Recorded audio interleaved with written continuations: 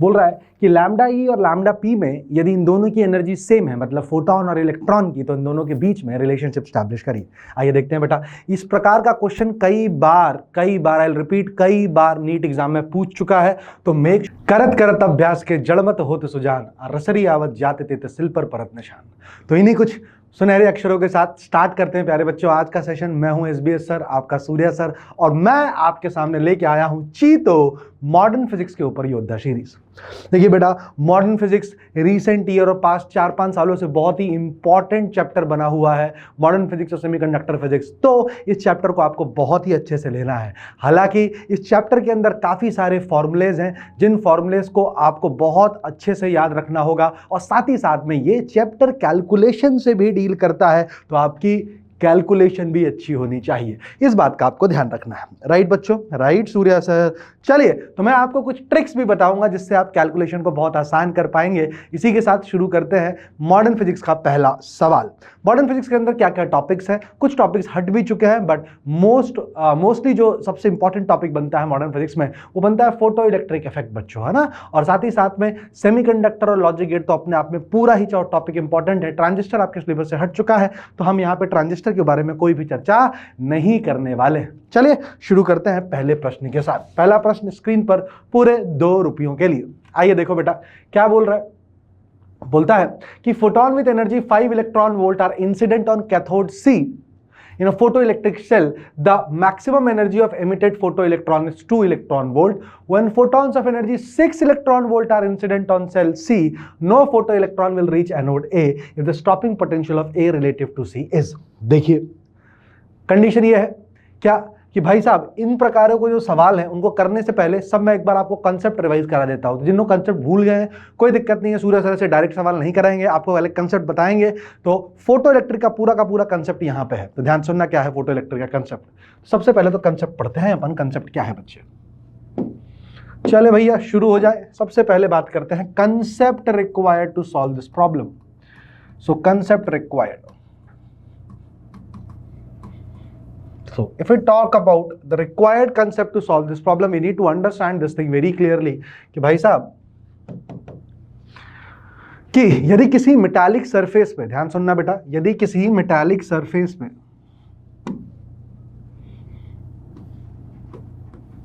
Light fall होती है तो इलेक्ट्रॉन इजेक्ट हो सकते हैं। इलेक्ट्रॉन क्या हो सकते हैं? इजेक्ट हो सकते हैं। इन्हीं को फोटो इलेक्ट्रॉन्स कहा जाता है। ध्यान से देखना बेटा, तो मान लेता हूं H इंटू F, ये है एनर्जी ऑफ फोटोन, राइट बेटा, राइट, जहां पे H क्या है? Planck's constant. और थ्रेशोल्ड फ्रीक्वेंसी में मान लेता हूं थ्रेशोल्ड फ्रीक्वेंसी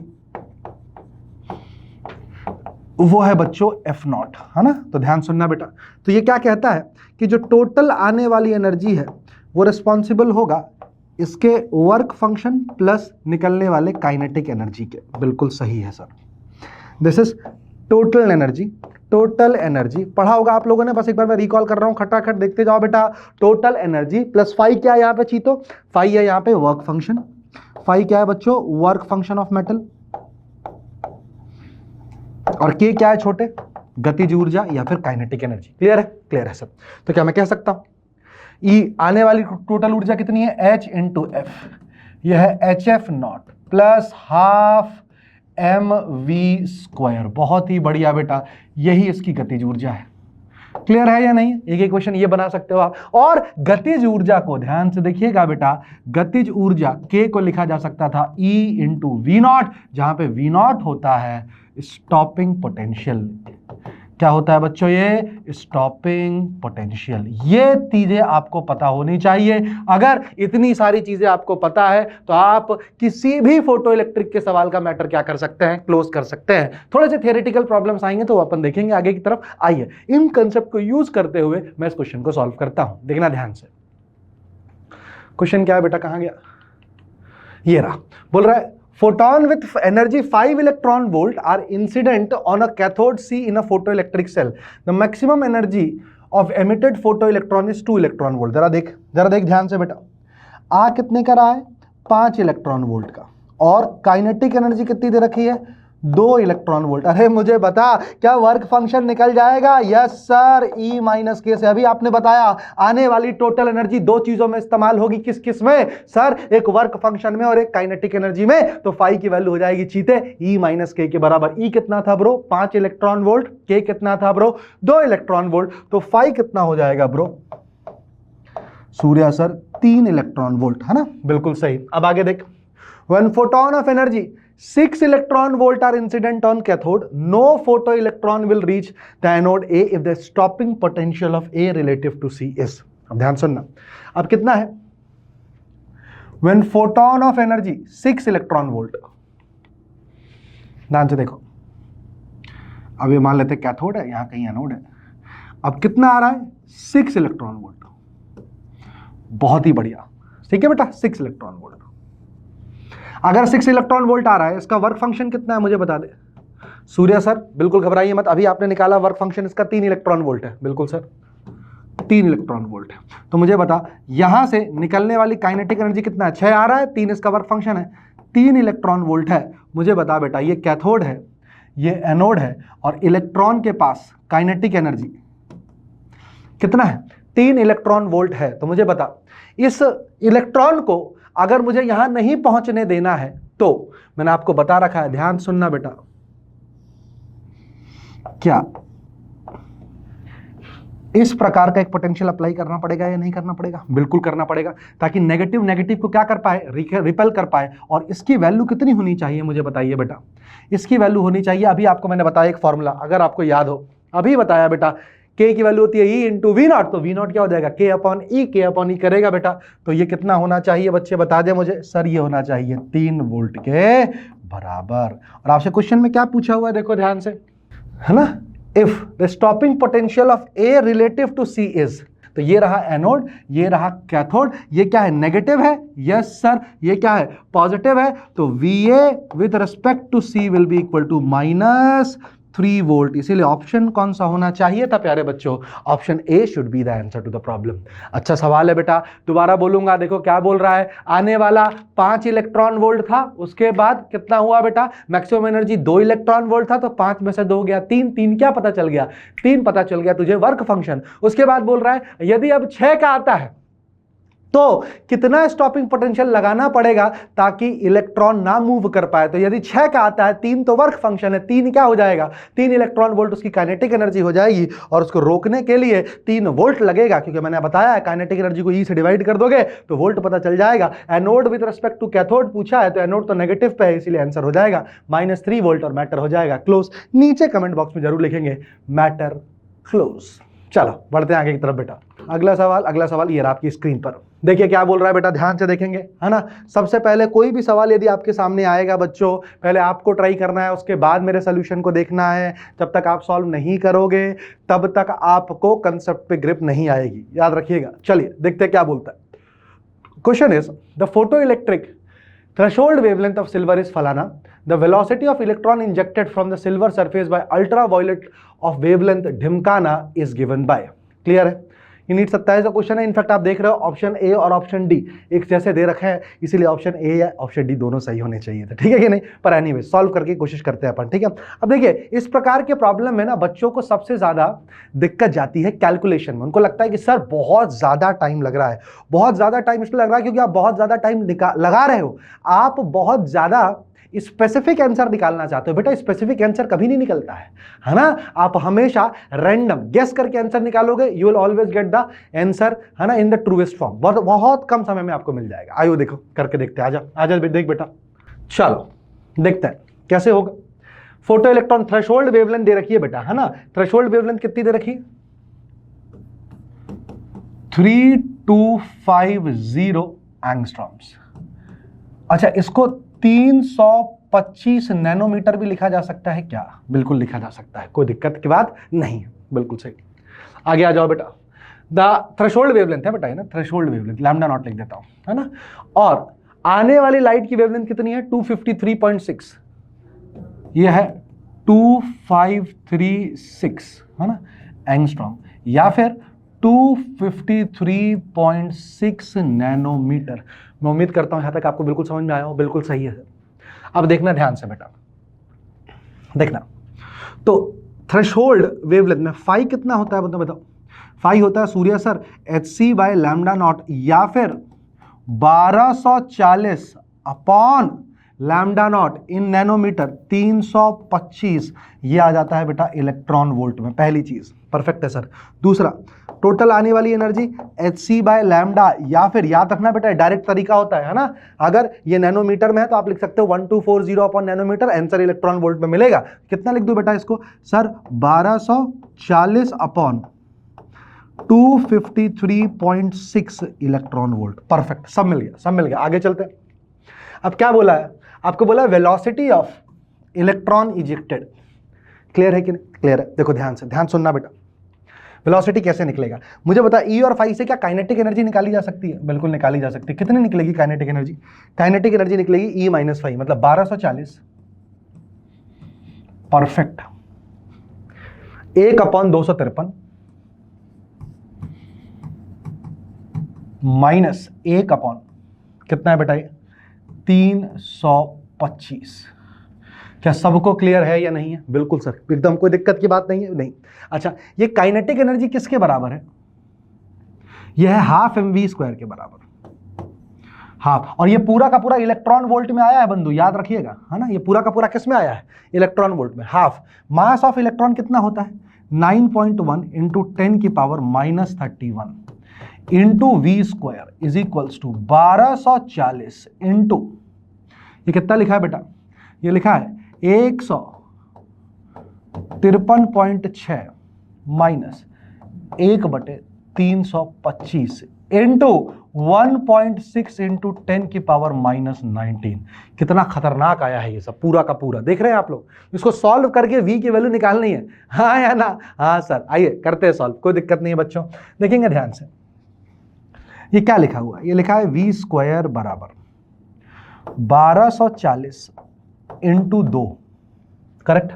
करेक्ट है, इंटू 1.6 इंटू 10⁻⁻19, है ना बेटा? -19 अपॉन 9.1 इंटू 10⁻⁻31, करेक्ट है? करेक्ट है, अपॉन 1/253.6 माइनस 1/325।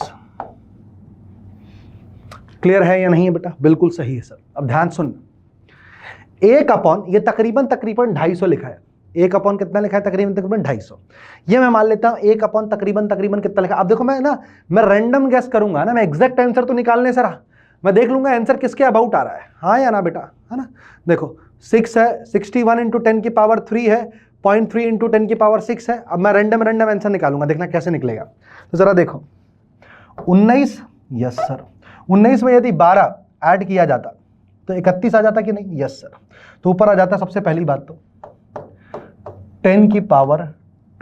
परफेक्ट है या नहीं? मुझे बता, रूट लेता तो 10⁻6 आता कि नहीं आता? बिल्कुल सही सर। मुझे एक बात बता, इन सब में से 10⁻6 कहाँ कहाँ है आंसर में? सर ये भी हो सकता था, ये भी हो सकता था, ये भी हो सकता था, ये तो कंफर्म नहीं हो सकता था। बिल्कुल सही। आ जाओ और ढूंढते बंधु, और ढूंढते। आ जाओ, अब देखना ना, ये कितना लिखा है? 16 दूनी 32 लिखा है क्या? और ये 9 है कि नहीं? तो 32 को मैं ऑलमोस्ट 3 से डिवाइड कर देता हूं सीधे, 3 3 जा 9 ऑलमोस्ट। देखो मैं रैंडम कर रहा हूं, ठीक है कि नहीं बेटा? तो देखिएगा ध्यान से, कितना आएगा? अब अपने को पता है 10⁻6 तो आ जाएगा। अब इसको सॉल्व करते हैं। देखो इसको कैसे सॉल्व करेंगे। ये तकरीबन है ना, मैंने तो इसको काट दिया। ये कितने से गया? ये 3 से गया, है ना? ये 3 से गया, तो ये कितने जाएगा? तकरीबन 3 चौके 12, हाँ या ना बेटा? 3 एकम 3, ये 413 के आसपास गया। ये परफेक्ट है, परफेक्ट है। और ये कितना लिखा हुआ देख ध्यान से बेटा, इसको ध्यान से देखना। इसको मैं बोल सकता हूं सर तकरीबन 1/250 लिखा है, और ये तकरीबन 1/300 लिखा है। तकरीबन, है ना? इसको सॉल्व करोगे तो कितना आएगा?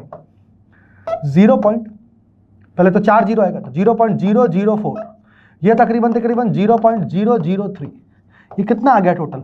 0.001। यस और नो बेटा? बिल्कुल सही सर। तो ये कितना आ गया तकरीबन v² इज इक्वल्स टू, हाँ या ना बेटा? 0.001, है ना? तो लिखा हुआ है कितना बेटा? 0.4। यस और नो? कुछ और गलती किया क्या, देखो ध्यान से देखना बेटा ना, ये क्या किया हुआ है 1.6 है ना, 3.2 था तो 9 से गया तकरीबन, और ये कितना हो गया बेटा, देखो ध्यान से, ये हो चुका है 3 चौके 12, 3 एकम 3, 3 तिया 9, ये 413 के आसपास गया। ठीक है बेटा, अब इसको जब सॉल्व करोगे तो तकरीबन कितना आ गया, 0.413 है ना बेटा, देखो ध्यान से, इसको दोबारा से कर लेते हैं, 0.413 मल्टीप्लाइड बाय 10 की पावर 12। बहुत बढ़िया सर, ये यार किसका अंडर रूट होगा, रूट निकालते हैं। अब ये 4 है ना, तो 7 7 जा 49, 6 6 जा 36 है ना, तो तकरीबन v की जो वैल्यू आएगी वो आएगी 0.6 इंटू 10 की पावर 6। ऐसा कौन सा ऑप्शन है बेटा, ऐसा कौन सा ऑप्शन है, ऑप्शन ए भी सही है और ऑप्शन डी भी सही है। तो आप देखिएगा मैंने इसको सॉल्व कैसे किया है बेटा, मैंने इसको सॉल्व कैसे किया है, अप्रॉक्सीमेट लेके सॉल्व किया हुआ है। कैसे सॉल्व किया हुआ है, अप्रॉक्सीमेट। तो कोई जरूरी नहीं है हर एक चीज को पूरा लेके सॉल्व करो, एकदम अंत तक, एकदम डेसिमल तक निकालो, फालतू की बात है भाई, टाइम खोटी होगा। तेरे को तो क्या करना है, एवरेज देख रहा है मैंने क्या 350 को 300 माना, 250 माना, खटाखट 1.6 इंटू 2 को मैंने सीधे 3 बोल दिया, 9 है ना। तो इससे आपका समय बचेगा और आप एब्सोल्यूट आंसर के करीब जा सकते हो। इसीलिए इस प्रश्न का आंसर कितना होगा, 1 और डी दोनों हो सकता था। चलते हैं आगे की तरफ। इज लाइट ऑफ फ्रीक्वेंसी, ध्यान सुनिएगा बेटा, नेक्स्ट सवाल आपको इस सवाल को ट्राई करना है पॉज करके। सवाल क्या है देखना ध्यान से। When the light of frequency 2f0 is incident on a metal plate, the maximum velocity of electron emitted is v1। ठीक है sir, when the frequency of incident radiation is increase to 5f0, the maximum velocity of electron emitted from the same plate is v2। The ratio of v1 is to v2 is, देखो बेटा ध्यान से, पहले कितना है बेटा, ध्यान सुनना। सबसे पहले यदि फ्रीक्वेंसी कितना है, h इंटू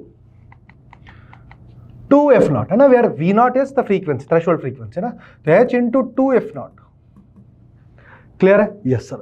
टोटल एनर्जी किस में काम आती है sir, threshold frequency plus half into m into V square. Perfect है या नहीं बेटा, यस सर डेफिनेटली। दूसरे वाले में h इंटू कितना है देख ले बेटा, देख ध्यान से, 5f0 है ना बेटा, कितना है 5f0, राइट सूर्या सर, बराबर hf0 plus half into m into v2 square.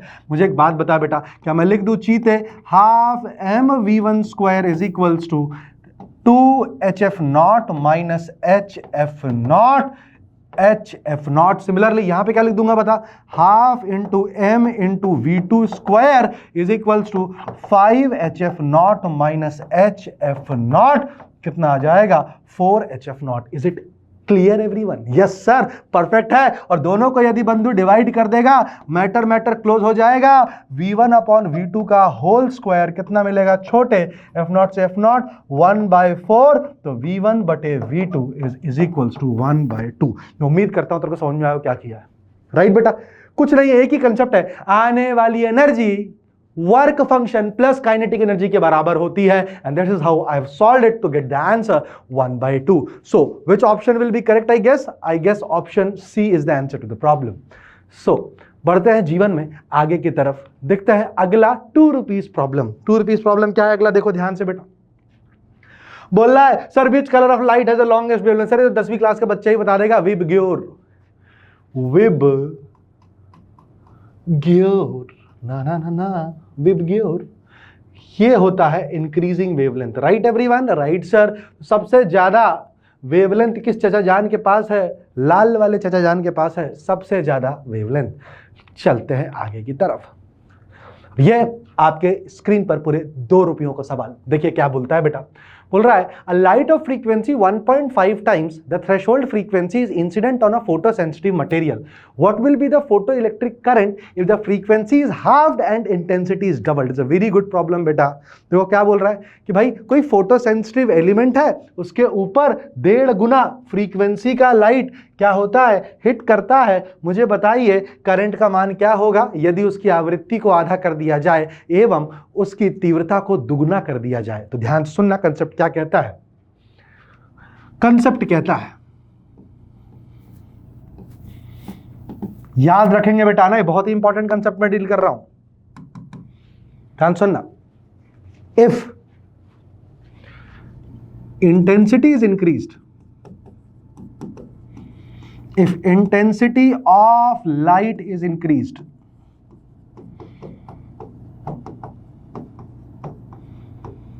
ध्यान सुनना, if intensity of light is increased, current increases, photo electric current increases, ये ज्यादा बेटर है। याद रख सकते हैं क्या स्टेटमेंट? मैं कैसे याद रखता हूं बेटा? आई डायरेक्टली प्रोपोर्शनल होता है आई के। जीवन में कभी गलती नहीं करने वाले हो अगर आपको ये स्टेटमेंट याद है। आई पर निर्भर करता है, बोलो आंख में, आंख बंद करके सोचो, क्या आई पर निर्भर करता है? इंटेंसिटी करंट पर निर्भर करता है, इंटेंसिटी करंट इंटेंसिटी पर निर्भर करता है, आई पर निर्भर करता है, बात खत्म। तो ध्यान सुनना, परंतु ये कब होगा? ये कब होगा? Only one condition, when incoming frequency is more than threshold frequency. ये याद रखना है आपको। क्लियर है कि नहीं? यदि if incoming frequency is less than threshold frequency, the value of current is zero. The value of current is zero. Is it clear और नॉट बेटा एवरीवन? इज इट क्लियर और नॉट? बिल्कुल सही सर। सर आपने क्या सिखाया? Sir आपने ये सिखाया यदि आने वाली फ्रीक्वेंसी थ्रेशोल्ड फ्रीक्वेंसी से ज्यादा है तो इंटेंसिटी के बढ़ाने पर करंट बढ़ेगा, इंटेंसिटी के घटाने पे करंट घटेगा, परंतु यदि आने वाली फ्रीक्वेंसी थ्रेशोल्ड फ्रीक्वेंसी से कम है तो करंट हमेशा क्या रहने वाला है? Zero. This is the concept. यदि आपने नहीं लिखा है, अभी आपको नहीं पता है, make sure to note down in the copy. ऐसी एक और पॉइंट होता है दूसरा, देखो, स्टॉपिंग पोटेंशियल इंक्रीजेस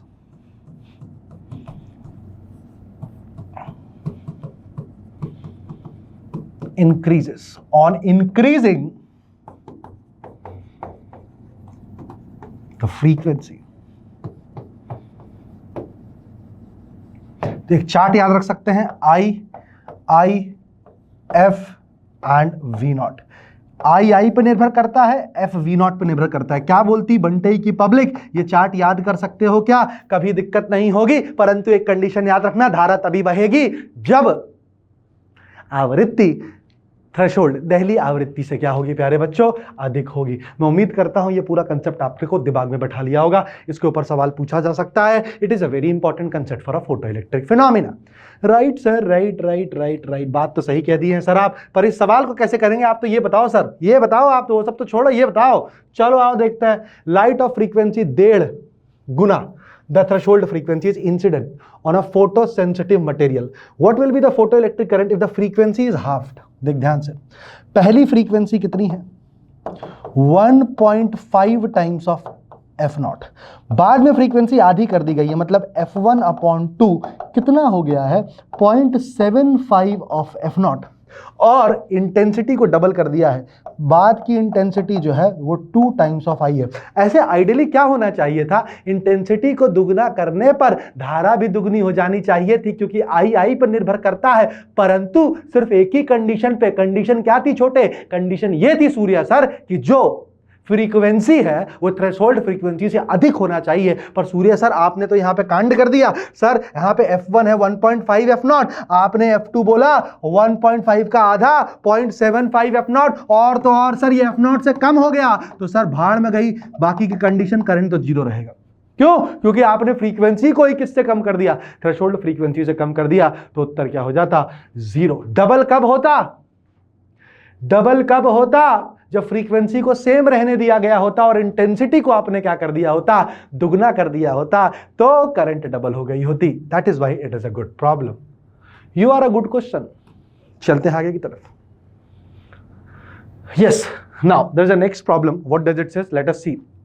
ये कहता है light with an average flux of 20 watt per centimetre square falls on a non-reflecting surface at normal incidence having surface area फलाना। The energy received by the surface during the span of 1 minute is।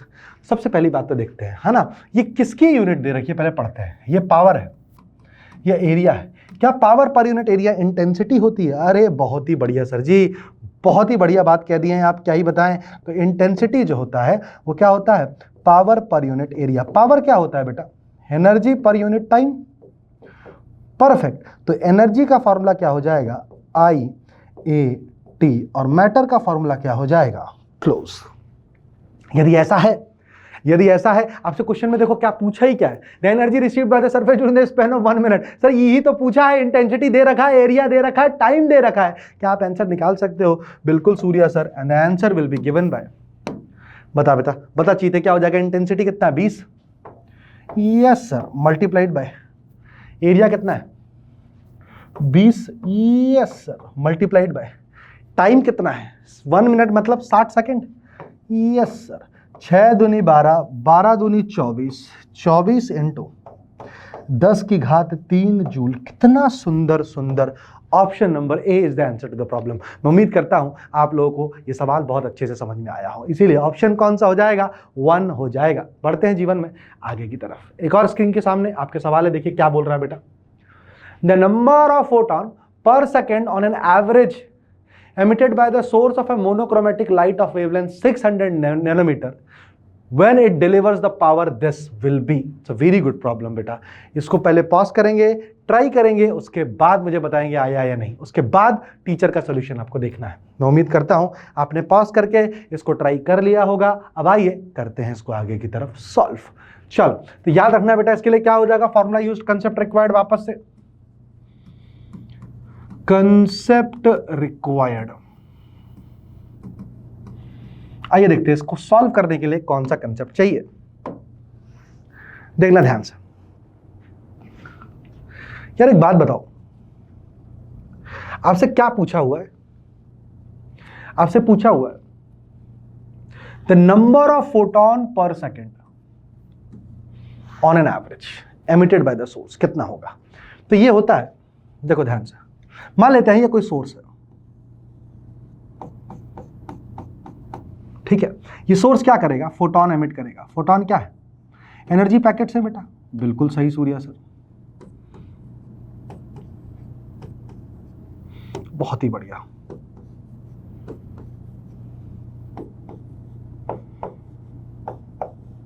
ऐसे ये क्या कर रहा है, अपने अंदर से फोटॉन्स एमिट कर रहा है। क्लियर हो गया, क्लियर हो गया। अब जरा सोचो, एक एनर्जी ऑफ 1 फोटॉन कितना है, hc बाय लैम्डा। बिल्कुल सही सर। मुझे एक बात बताओ, power of source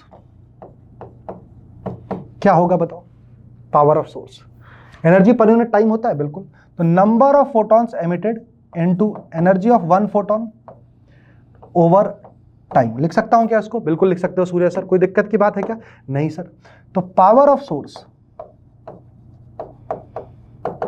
into n/2 into hc by lambda. Is it fine everyone? Yes sir. n/t क्या है, number of photons per second है, बिल्कुल सही सर। तो इसको लिख सकता था मैं, p lambda upon hc will become the formula of number of photons emitted पर सेकेंड। क्लियर है या नहीं? देखो मैंने डेराइव कर दिया फॉर्मूला आपके लिए, फोटॉन्स पर सेकेंड।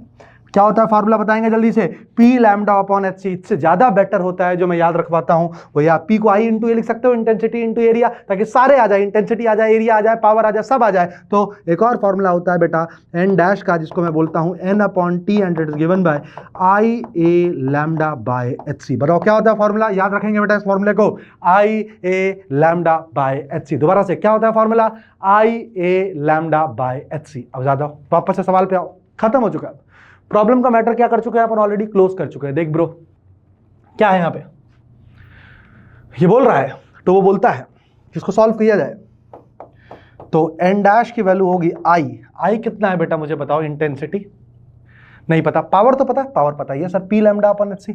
ये लिखा है सूर्या सर 3.3 इंटू 10 की पावर -3 P लैम्डा, है ना। लैम्डा कितना है बच्चा, देख ध्यान से, 600 नैनोमीटर। यस और नो बेटा, बिल्कुल सही सर, अपॉन HC।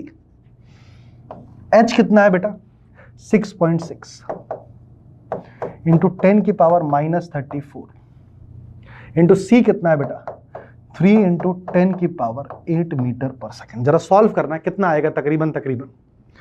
देखिए स्वाभाविक सी बात है, 3.3 है, 6.6 है, ये एग्जैक्टली 2 टाइम्स हो जाएगा, 2 3 जा 6 हो जाएगा, है ना। तो खत्म हो चुका है।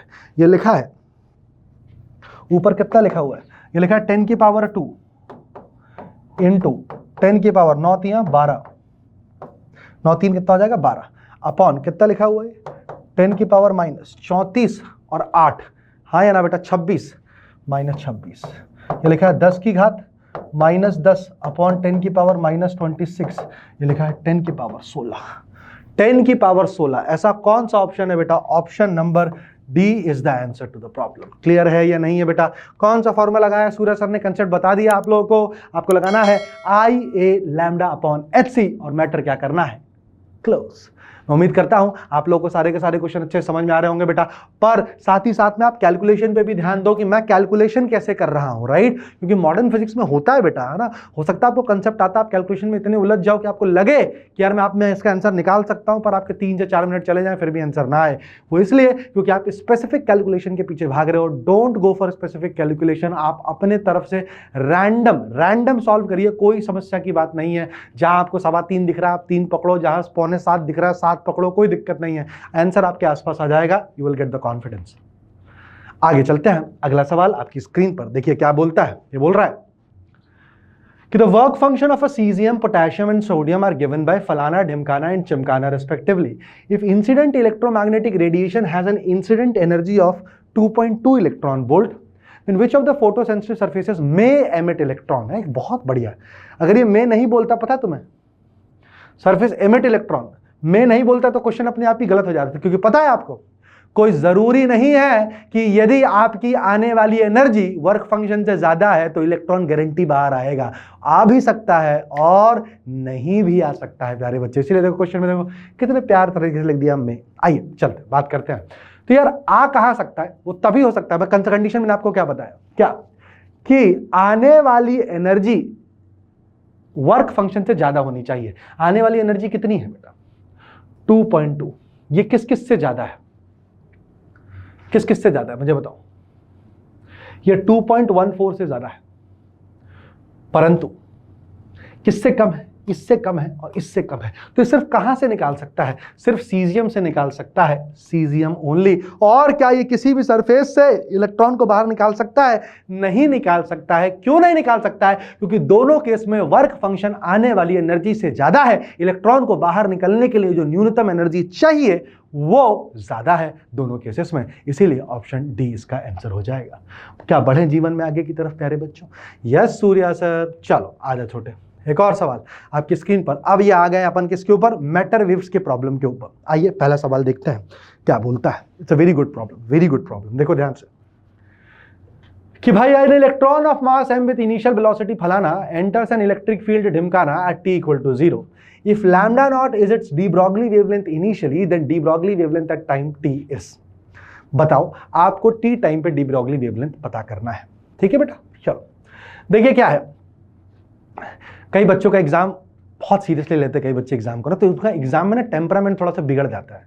बेटा एग्जाम को एग्जाम की तरह लेना है। क्या होता है एग्जाम में ना, हम कभी कभार ना, जैसे क्या होता है, जैसे एग्जाम पास आता जा रहा है ना, अभी कई बच्चे ये वीडियो देखते वक्त भी बहुत घबरा रहे होंगे, है ना। उनको ऐसा लग रहा होगा यार ये कर रहा हूं मेरा वो तो नहीं छूट जाएगा, वो कर रहा हूं कहीं ये तो नहीं छूट जाएगा। इस चक्कर में ना वो करते हैं ना ये करते हैं, इधर भी मैटर क्लोज उधर भी मैटर क्लोज हो जाता है। राइट बेटा, अब हमेशा याद रखना बेटा, ऑलवेज रिमेंबर बच्चा, एक्शन स्पीक मोर लाउडर, है ना बेटा। एक्शंस पे ध्यान देना है। आप जो कर रहे हो उसको पहले आप कंप्लीट करो, किसी भी चीज को बीच में मत छोड़िएगा। फॉर एग्जांपल आपने अगर ये सोचा है कि यार मेरे को 2 घंटे में ये चीज कंप्लीट करनी है, तो आप 2 घंटे में उस चीज को कंप्लीट करो, तभी आपको ना छोटे छोटे कॉन्फिडेंस ही एग्जाम में आपको बड़ा कॉन्फिडेंस बूस्ट देंगे। यदि आप हर चीज थोड़ी थोड़ी करते हो और सब चीज थोड़ी थोड़ी छोड़ देते हो बेटा, तो आपको कभी कॉन्फिडेंस नहीं आता। ये बात आपको भी पता है, ठीक है बेटा। तो यदि आप इसको कर रहे हो बेटा तो शिद्दत से करेंगे, पूरा फोकस यहीं रखेंगे जो सूर्य सर पढ़ा रहे हैं। क्लियर है? आप खुद इसे सॉल्व करें, समझें, तभी आपके लिए बेनिफिशियल होने वाले हैं सेशन पर बच्चों। ठीक है, और हर एक सब्जेक्ट में ऐसा करें, ऐसा नहीं कि सिर्फ फिजिक्स में, हर एक सब्जेक्ट में यही, जो चीज आपने मन में टारगेट कर रखी है बच्चे, उस टारगेट को कंप्लीट करें। That is the quality of fighter. Alright, चलो चलते हैं। ये रहा क्वेश्चन आपके सामने, क्या बोल रहा है? An electron of mass m with initial velocity v0 i cap enters an electric field minus e0 i cap at t equal to 0. If lambda naught is its de Broglie wavelength initially, then de Broglie wavelength at time t is given by। आइए solve करते हैं, good problem. आइए देखिए क्या है। एक particle है, एक इलेक्ट्रॉन है। सबसे पहले तो कंसेप्ट देख लेते हैं, कंसेप्ट आपको पता होना चाहिए, है ना। डी ब्रॉगली वेवलेंथ होता है h अपॉन p के बराबर, या फिर h upon under root of 2mk के बराबर, या फिर h upon under root of 2mq into v के बराबर। ये तीनों फॉर्मूले मेरे हिसाब से आपको पता होंगे, राइट? ये कंसेप्ट है। आइए सोल्यूशन की मैं बात करता हूं इस सवाल के। So if I talk about the solution of this problem, we need to understand question में क्या बोल रखा है कि भाई एक इलेक्ट्रॉन है, उसकी इनिशियल वेलोसिटी जो है वो क्या है? ये इलेक्ट्रॉन है, इसकी इनिशियल वेलोसिटी जो है वो है v0 i cap. Perfect Surya sir.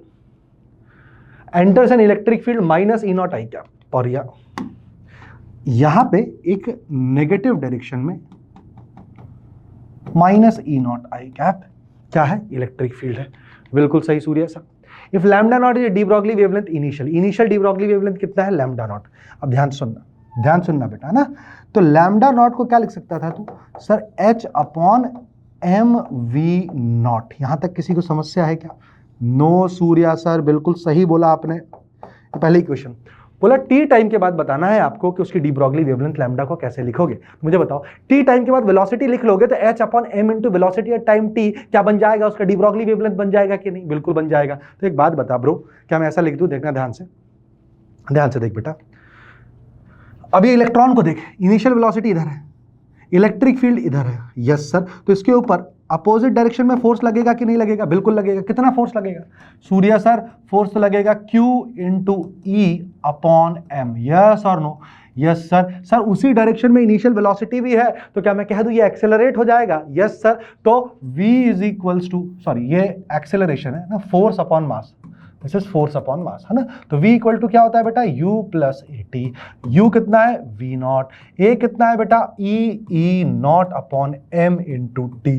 क्या यही V की वैल्यू होने वाली है कि नहीं बच्चों? बिल्कुल सही सूर्या सर। तो क्या मैं कह दूं? ध्यान से देखना बेटा, लैम्डा अब नया वाला होगा H upon M into V0 plus E0 upon M into T।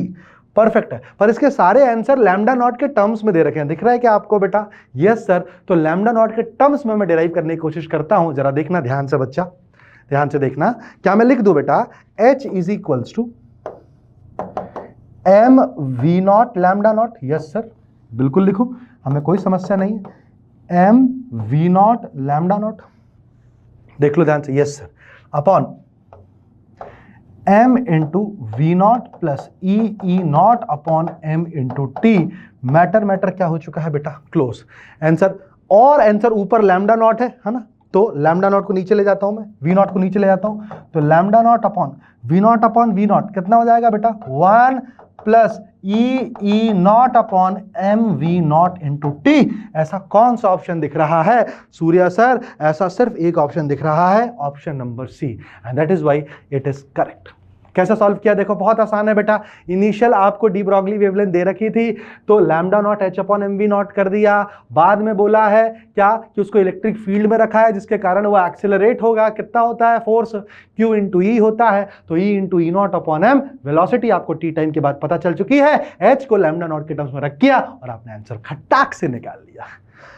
समझ में आया क्या? क्या बोलती बंटई की पब्लिक? चलेंगे आगे की तरफ छोटे? बिल्कुल सही सूर्या सर, बढ़ते हैं आगे की तरफ। ये आपके सामने स्क्रीन पर अगला सवाल देखिए क्या है।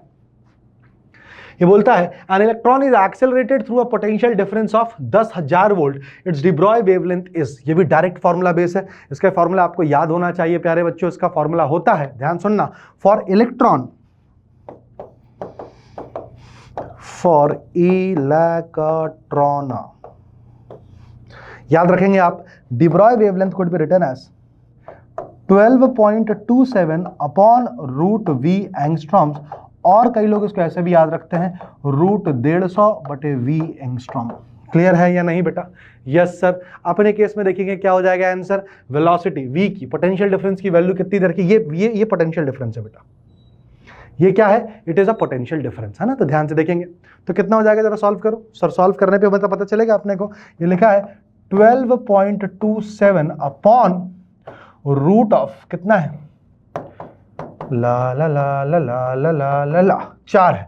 मतलब कितना हो जाएगा सूर्या सर? ये 12.27 अपॉन 1 2 3 4 है, यहां हो जाएगा 100 एंगस्ट्रॉम। सूर्या सर ये कितना हो जाएगा आंसर, मुझे बताओ। एंगस्ट्रॉम्स में है बेटा, ये एंगस्ट्रॉम मतलब 10 की पावर -10। ठीक है बेटा। तो लिखा है 12.27 इंटू 10 की पावर -10 अपॉन 10 की पावर 2, तो कितना हो जाएगा मुझे बताओ? 10 की पावर -12, तो 12.27 इंटू 10 की पावर -12 मीटर इस प्रश्न का क्या हो जाएगा प्यारे बच्चों? उत्तर। और ऑप्शन हो जाएगा इसी के साथ डी। मैं आशा करता हूं आप लोगों को समझ में आया कैसे किया। चले आगे की तरफ। Yes sir.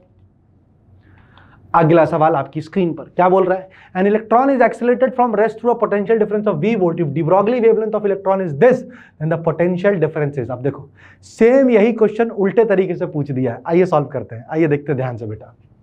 तो क्या हो जाएगा?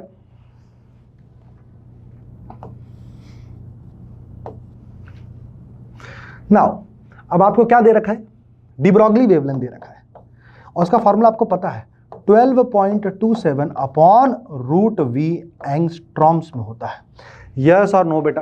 क्लियर हो गया कि नहीं? बिल्कुल सही सर। या फिर इसको ऐसा भी लिख सकते थे क्या? इतना एंगस्ट्रॉम मतलब कितना?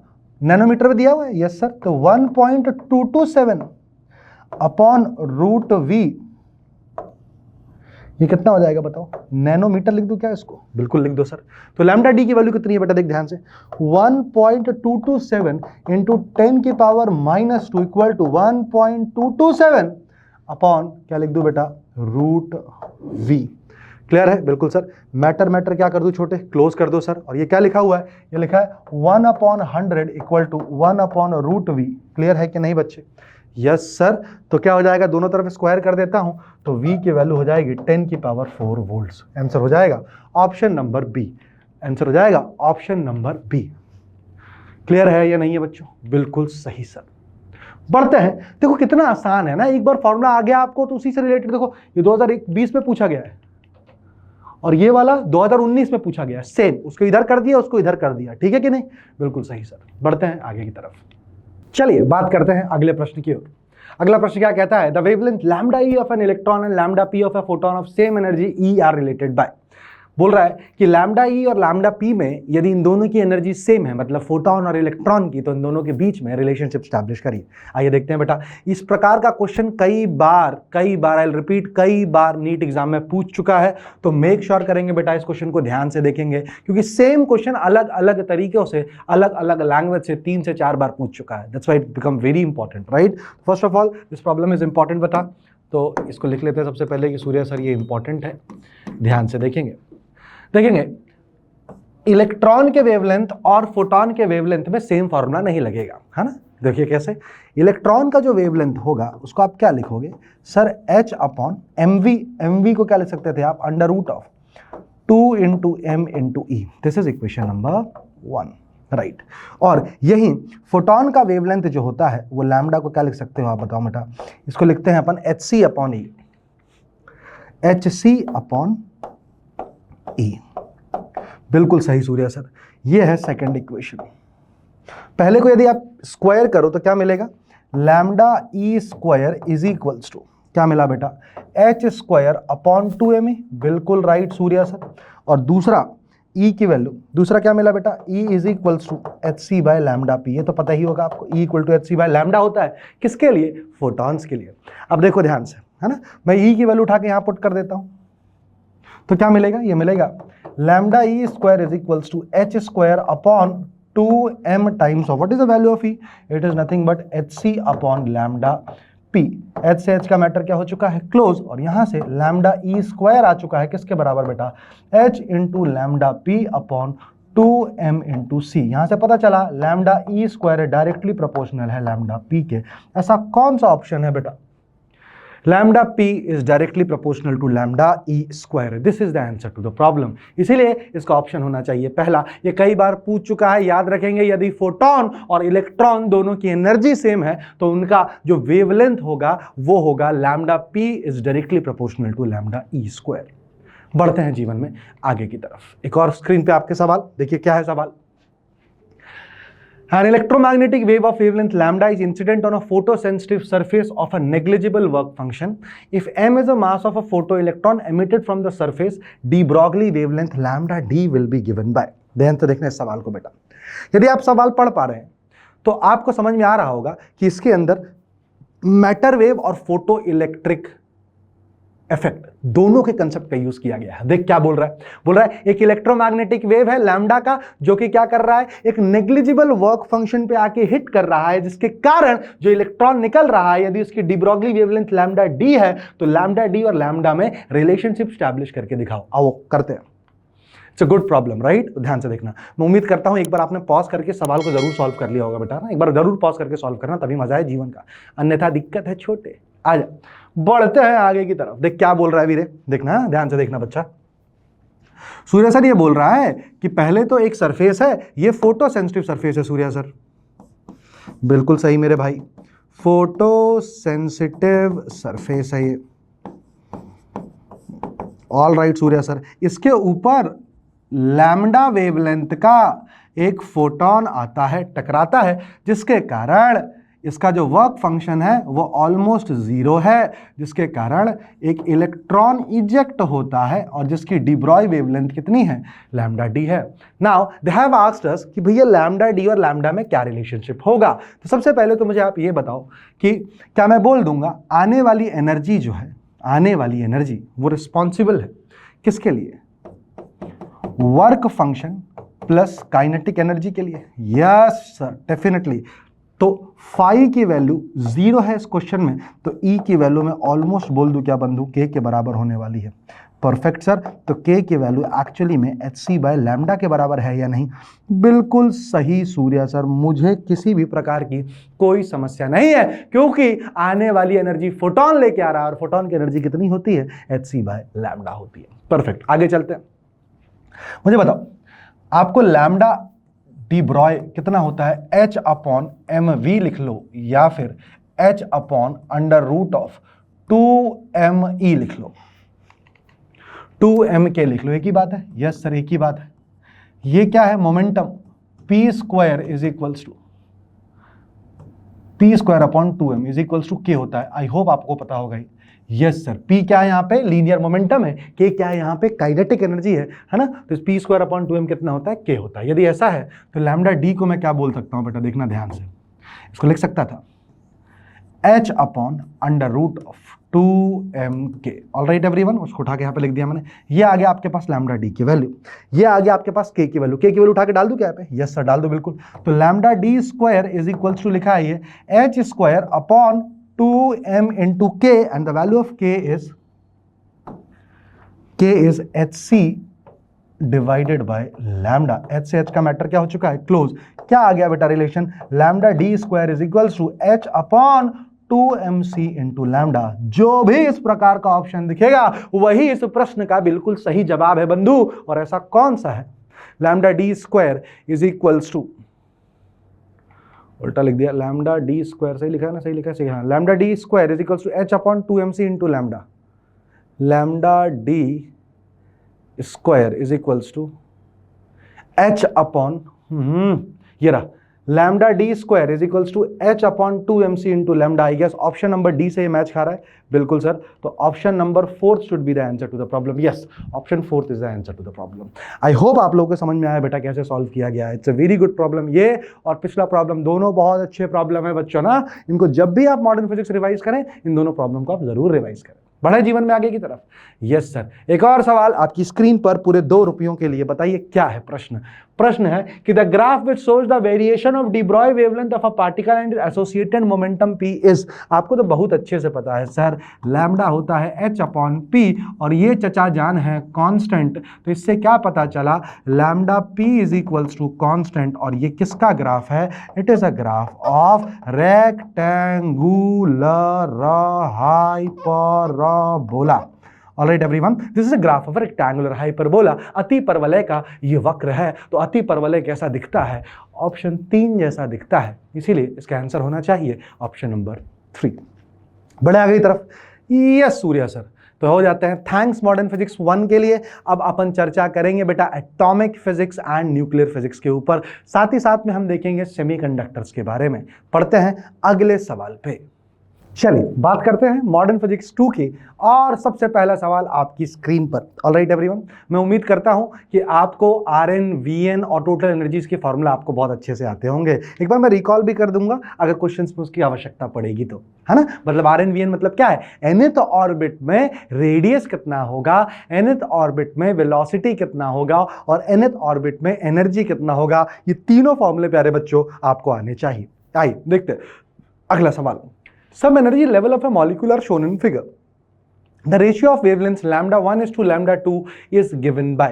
ये lambda 1 और lambda 2 का वेवलेंथ निकालना है। मैं आपको बता दूं, जब भी कोई एनर्जी से इलेक्ट्रॉन जंप करता है निचली एनर्जी पे, तो उसके साथ वो एनर्जी गैप के बराबर एक फोटॉन को रिलीज करता है जिसकी वेवलेंथ लैम्डा होती है। तो ये वही पूछने की कोशिश कर रहा है, ये जो लैम्डा 1 है और ये जो लैम्डा 2 है, इन दोनों का रेशियो क्या है। इसके लिए आपको बता दूं मैं कि लैम्डा 1 जो होगा, देखिए मैं यही सॉल्व कर देता हूं बेटा, देखना ध्यान से। लैम्डा 1 जो होगा वो क्या होना चाहिए बच्चों, वो होना चाहिए, ये देखो E is equals to H C upon lambda पढ़ा है कि नहीं, तो लैम्डा इधर करोगे तो एच सी अपॉन ई हो जाएगा कि नहीं। यस सर, एच सी अपॉन, क्लियर है कि नहीं बेटा। लैम्डा 1 है ना, तो higher energy state minus lower energy state, तो ये हो जाएगा बेटा minus E minus of lower energy states minus 2e। Clear है या नहीं बेटा। यस सर, तो कितना हो जाएगा, ये हो जाएगा lambda 1 is equals to H C upon, right बेटा, ये लिखा है 2e minus E, that is E. This is equation number 1। Similarly क्या लैम्डा 2 की भी वैल्यू आप निकाल सकते हैं, डेफिनेटली सूर्या सर। कितनी निकलेगी सर, लैम्डा 2 जो होगा वो होगा एच सी upon higher energy state minus ई minus lower energy state plus 4e/3। Yes और नो बेटा। यस सर, तो कितना हो चुका है, ये हो चुका है 3hc upon e as the value of lambda 2। तो ये है लैम्डा 1 और ये है लैम्डा 2। यदि दोनों को आप डिवाइड कर दो बेटा, है ना, लैम्डा 1 अपॉन लैम्डा 2 निकालना है, दोनों को यदि आप डिवाइड कर दो तो क्या हो जाएगा, lambda 1 upon lambda 2 is equals to H C upon e बटे 3hc upon e. Matter matter matter matter क्या हो चुका है, क्लोज। आंसर आना चाहिए 1:3 और ऑप्शन इसमें से कौन सा मैच कर रहा है बंधु, सर पहला। समझ में आया क्या छोटे, बिल्कुल है ना सर। लैम्डा 1 कैसे निकाला, एच सी अपॉन ई से। ई क्या है, एनर्जी गैप है। पहले का एनर्जी गैप एक्चुअली ई आ रहा था और दूसरे का जो एनर्जी गैप है वो e/3 आ रहा था। That is why the answer turns out to be 1/3। Option 1 is absolutely correct. बढ़ते हैं जीवन में आगे की तरफ। बोला है the ratio of kinetic energy to total energy on an electron in the Bohr orbit of hydrogen atomic is given by. ये आपको पता होना चाहिए, मैंने अभी आपको बताया बेटा, एक बार मैं रिकॉल यहां कर देता हूं। याद रखिएगा nth ऑर्बिट में जो रेडियस होता है वो कितना होता है, ध्यान से देखिएगा। पहले तो पता प्रोपोर्शनलिटी कितनी होती है, वो सब छोड़ो, पहले तो प्रोपोर्शनलिटी पता होना चाहिए आपको। देखिएगा ध्यान से, Rn की जो प्रोपोर्शनलिटी होती है वो होती है n²/z। Rn की प्रोपोर्शनलिटी कितनी होती है बेटा, n²/z। Vn की प्रोपोर्शनलिटी क्या होती है, ध्यान सुनना बेटा, z/n। यस सर, और एनर्जी, टोटल एनर्जी की प्रोपोर्शनलिटी कितनी होती है, z²/n²। ये तीनों चीजें आपको याद होनी चाहिए। क्या क्लियर है बेटा, एक बार मैं वापस से रिकॉल कर दिया है। Rn किसके प्रोपोर्शनल होता है, n² के। Vn किसके प्रोपोर्शनल होता है, z/n के। और E किसके प्रोपोर्शनल होता है, z²/n² के। क्लियर हुआ या नहीं यहाँ तक, बिल्कुल सर, देख लो ध्यान से देख लेंगे बेटा।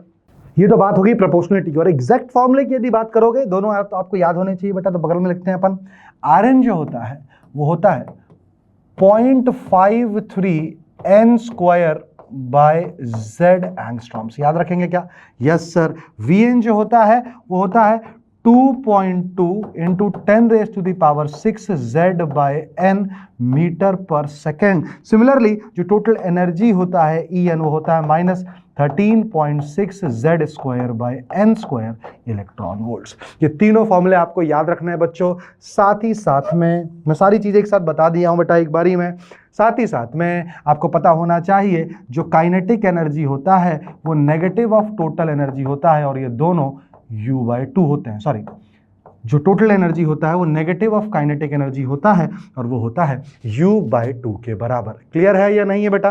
क्लियर है सूर्या सर। अब एक बात बताओ, इनमें यदि आप रेशियो निकालने की पूछा था, अगर इतना डेटा आपको याद है तो आप कभी भी कोई गलती नहीं कर सकते हैं। और ये सब डेटा कहां से आया है? ये जो बोर एटॉमिक मॉडल में जो इलेक्ट्रॉन सर्कुलर मोशन करता है न्यूक्लियस के अराउंड, तो due to electrostatic attraction between the nucleus and electron they actually move in a circular path, वहां से अपन ने किया था। और अगर आपको जानना है तो मैं लिख देता हूं 1/4 पाई एप्सिलॉन नॉट के ZE square upon Rn square is equals to होता है mv स्क्वायर अपॉन Rn। ये दिस इज फर्स्ट इक्वेशन। और दूसरा आपने पढ़ा होगा mvr इज इक्वल्स टू होता है nh अपॉन 2 पाई। एंगुलर मोमेंटम कंजर्व होता है किसी भी ऑर्बिट का, और उन्हीं ऑर्बिट को अपन स्टेबल ऑर्बिट्स भी कहते हैं, and it is given by mvrn equal to nh upon 2 pi. So this was whole thing about what? Atomic physics, जिसकी वजह से आप किसी भी प्रकार के क्वेश्चन को मैटर कर सकते हैं क्लोज। तो आइए पहला मैटर क्लोज करते हैं। बोल रहा है the ratio of kinetic energy to total energy बताना है गुरु, कितना होता है? तो क्या मैं कह दूं, इसका उत्तर होता है 1:-1 बेटा, है ना। 1:-1 क्यों दिख रहा है आपको? ये अगर एनर्जी नेगेटिव है तो काइनेटिक एनर्जी क्या होती है? पॉजिटिव होती है, क्योंकि एनर्जी क्या है? नेगेटिव है, काइनेटिक एनर्जी पॉजिटिव है, तो रेशियो जो है वह 1:-1 होने वाला है। तो इसीलिए ऑप्शन बी के साथ जाएंगे अपन, और बीसी के साथ आपको मिलेंगे +4 मार्क्स। क्या बढ़ा जाए जीवन में आगे की तरफ? Yes sir. आइए एक और क्वेश्चन आपकी स्क्रीन पर देखो, सेम वैसा ही सवाल आया, वापस पढ़ो, बताओ। देखो, the total energy of an electron in an atom in an orbit is given by this, its kinetic and potential energies are given by. Matter close करिए सर। आपको तो पता ही है सूर्या सर, अभी आपने हमें बताया, अरे गुरुदेव, कि जो काइनेटिक एनर्जी है वो नेगेटिव ऑफ टोटल एनर्जी होती है। तो काइनेटिक एनर्जी की वैल्यू हो जाएगी -3.4 electron volt, this will give you +3.4 electron volt,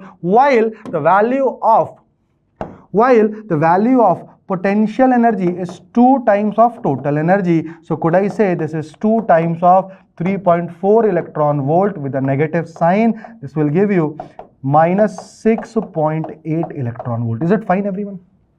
-6.8 and +3.4, -6.8 and +3.4 is option 1 is matching with our calculation? Yeah, definitely sir। इसीलिए इस प्रश्न का उत्तर होगा 1, और आपको इसी के साथ मिलते हैं पूरे 1 रुपए। बढ़ते हैं जीवन में आगे की तरफ। हाँ भैया आगे आ जाओ। Which one of the following Bohr model is not valid? बताओ, बोर किसके लिए था? बोर तो था भैया किसके लिए? जिसके शेल में बाहर वाले एक इलेक्ट्रॉन हो। क्लियर है कि नहीं है? ओनली 1 इलेक्ट्रॉन के लिए पॉसिबल था बोर मॉडल। तो ऐसा किसके लिए नहीं होगा ये पूछा है? Deuteron atom, singly ionised neon atom, hydrogen atom, singly ionised helium atom. इसके पास भी एक इलेक्ट्रॉन, इसके पास भी एक इलेक्ट्रॉन, इसके पास भी एक, इसके पास एक नहीं है, इसीलिए इसका ऑप्शन होने वाला है option number B. Option number B. आगे बढ़ते हैं, चलिए देखते हैं अगला सवाल क्या बोलता है। नीट 2022 का प्रॉब्लम है बेटा। Let T1 and T2 be the energy of an electron in first and second excited state of hydrogen atom according to Bohr's model of an atom. The ratio of T1:T2 is. आपको क्या करना है? Total energy का ratio निकालना है। Total energy का formula मैंने अभी आपको बताया, ची। तो यदि आपको याद है कि सर टोटल एनर्जी जो है वो इनवर्सली प्रोपोर्शनल होती है n स्क्वायर के, क्योंकि अभी हमने देखा -13.6 Z²/n² के। और अपने क्वेश्चन में देखना ध्यान से बेटा, फर्स्ट एक्साइटेड स्टेट मतलब n1 की वैल्यू कितनी दे रखी है? ची। तो एक्साइटेड स्टेट पहला है 2, सेकेंड एक्साइटेड स्टेट मतलब n2 की वैल्यू कितनी दे रखी है? 3।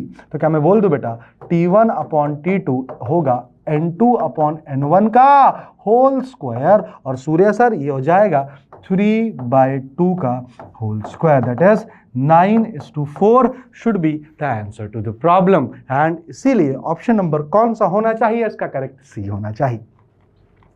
बढ़ते हैं जीवन में आगे की तरफ। अब बात करेंगे हम किसकी? बबुआ हम बात करेंगे अपन अब न्यूक्लियर फिजिक्स की। न्यूक्लियर फिजिक्स में बेटा एक बात ध्यान रखिएगा, आपके रेडियो एक्टिविटी वाला पोर्शन हट चुका है, अल्फा बीटा गामा डीके हट चुका है, इसीलिए अब सबसे इंपॉर्टेंट हो जाता है क्या कैलकुलेशन बेटा? आपका एनर्जी कैलकुलेशन इंपॉर्टेंट हो जाता है, और दूसरा ये रेडियस और डेंसिटी के ऊपर के प्रॉब्लम्स इंपॉर्टेंट हो जाते हैं। आइए देखते हैं क्या बोलता है।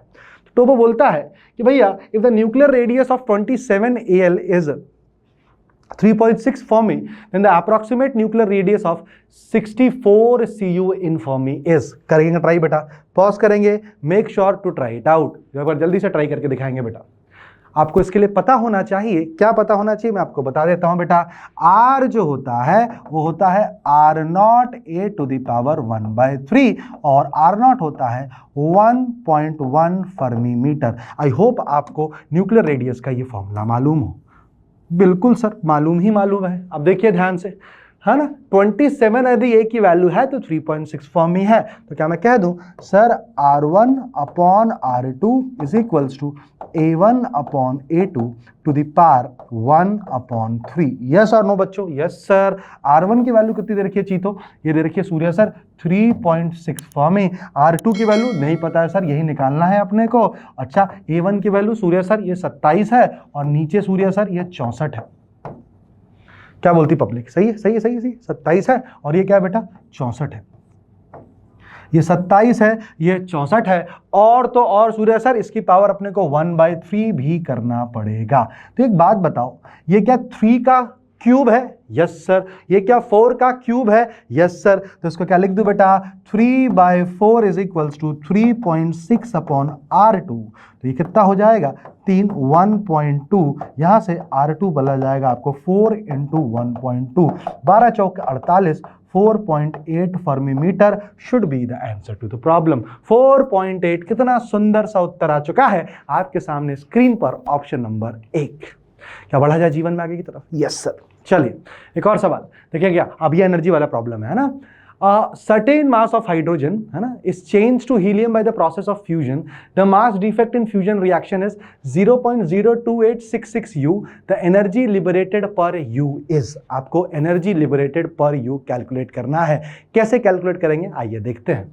कभी भी याद रखिएगा बेटा, जो टोटल एनर्जी रिलीज होती है वो होती है डेल्टा M × c²। कितनी होती है? Delta M × c²। ये कौन सा इक्वेशन है? ये आइंस्टाइन्स एनर्जी मास रिलेशन है। क्या कहता है? मास के खत्म होने से एनर्जी बन सकती है और एनर्जी के खत्म होने से मास बन सकता है। ये दोनों इंटरचेंजेबल होते हैं बाय रिलेशन डेल्टा E बराबर डेल्टा M × c²। और साथ ही साथ में आपको ये भी मालूम होना चाहिए, यदि if masses are in AMU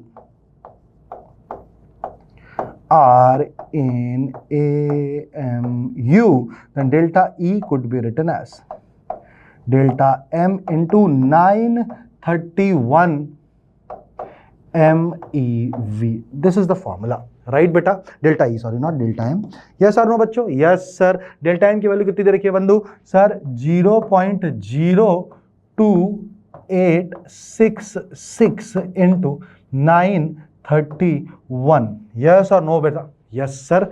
एक बात बताओ, ये तकरीबन कितना है? देखना ध्यान से, ये तकरीबन कितना है? जरा देखते हैं, इसको जरा सॉल्व करोगे। एमईवी में लिखा है बेटा ना, ये एमईवी में लिखा है, तो मल्टीप्लाई करके देखेंगे बेटा। आप इसको मल्टीप्लाई करके देखेंगे, ये 9 है, ये 2 है। बताइए कितना आएगा? तकरीबन if you solve this you will get the answer is, ध्यान सुनना। अब आपसे क्या पूछा? जो भी आंसर पूछा बोला, लेकिन क्या बोला? द एनर्जी लिबरेटेड पर यू इज। ये जो भी टोटल एनर्जी आई है, which this is total energy, 0.02866 × 931 MeV। पर आपसे पूछा है पर AMU, ठीक है ना, पर AMU ना, पर यूएस। तो देखना ध्यान से, हाइड्रोजन किस में बदला है?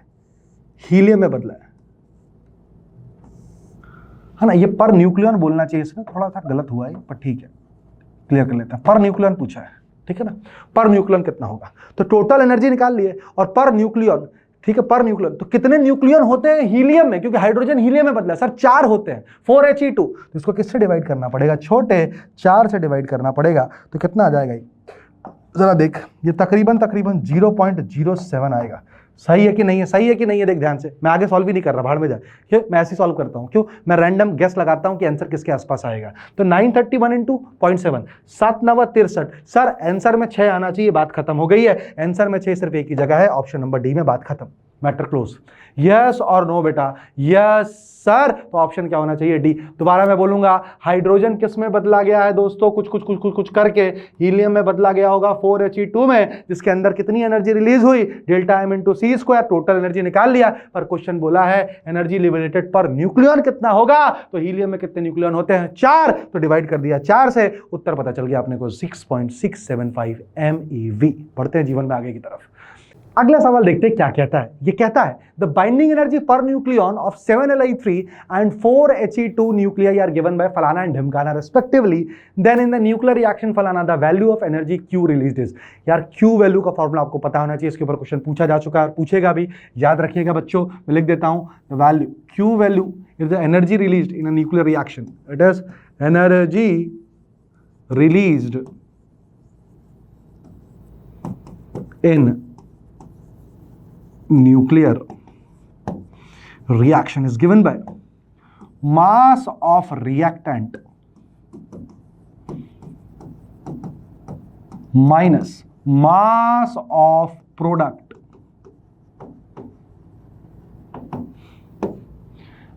into C square। क्लियर है या नहीं है? और एक और फॉर्मूला होता है दूसरा, जो कि बहुत ही इंपॉर्टेंट है, ध्यान सुनना। दूसरा फॉर्मूला है Q is binding energy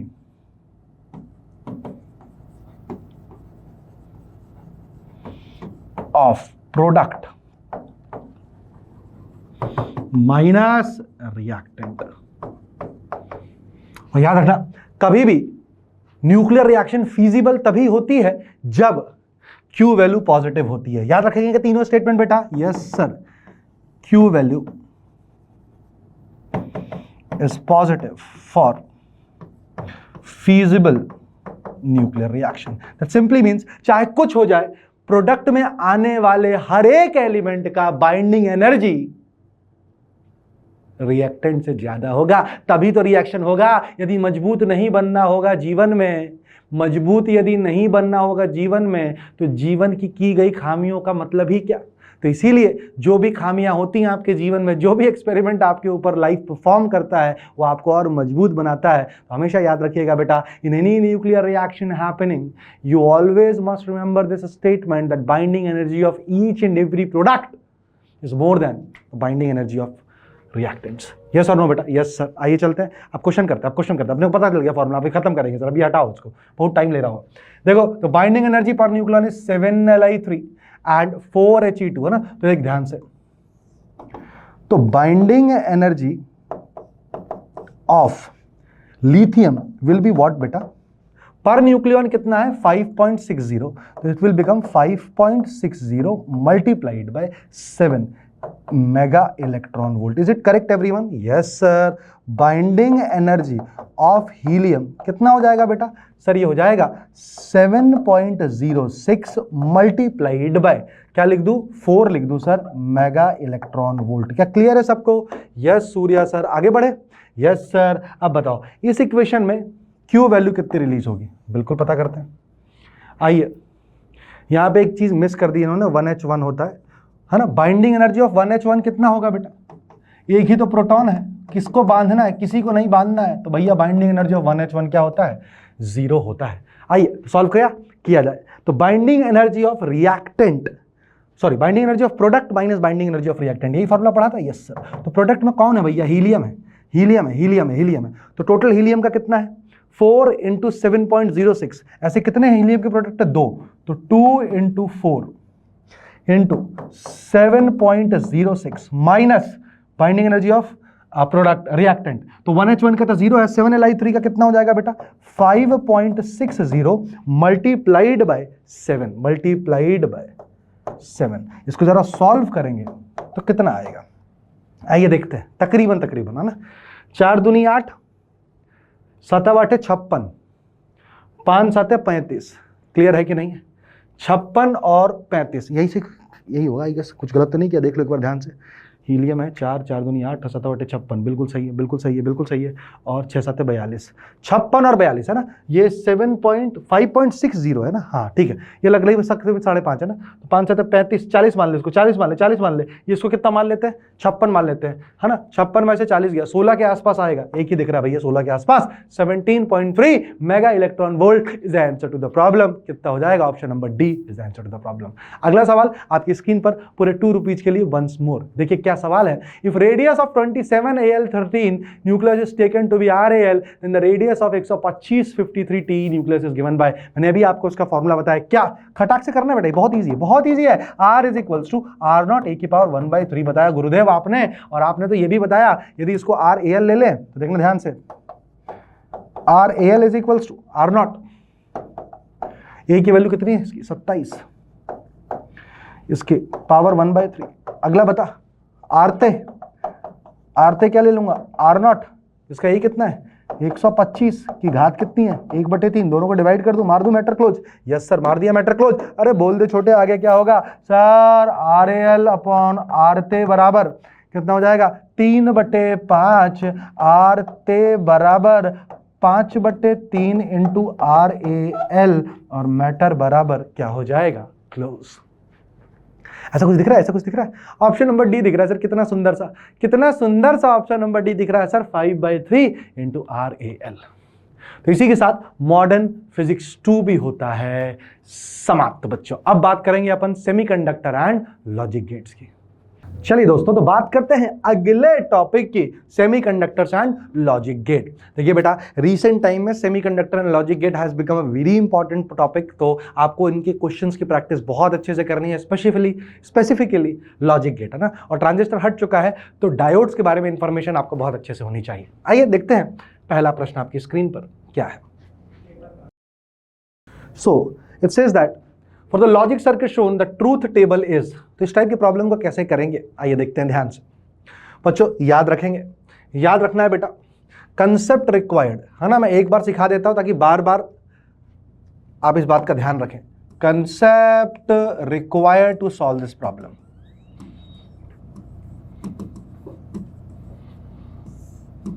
If we talk about the concept required to solve this problem, we need to understand the situation that कि भाई साहब, एक में यदि कोई भी वेरिएबल ऐड होता है तो वो एक ही रहता है, परफेक्ट है। एक से कोई भी वेरिएबल मल्टीप्लाई होता है तो वो वेरिएबल ही रहता है। सिमिलरली 0 में यदि कोई भी वेरिएबल ऐड होता है तो वेरिएबल के बराबर ही रहता है, और 0 से कुछ भी मल्टीप्लाई होता है तो 0 होता है। सारे पॉइंट्स मैं आपको बताते जा रहा हूं, ध्यान से देखते जाइएगा। अगला, a प्लस a कॉम्प्लीमेंट हमेशा किसके बराबर होता है बेटा, 1 के बराबर, और a इंटू a कॉम्प्लीमेंट हमेशा किसके बराबर होता है बेटा, 0 के बराबर। सिमिलरली a कॉम्प्लीमेंट का कॉम्प्लीमेंट जो होता है वो किसके बराबर होता है, a के बराबर होता है ना बेटा। Yes sir.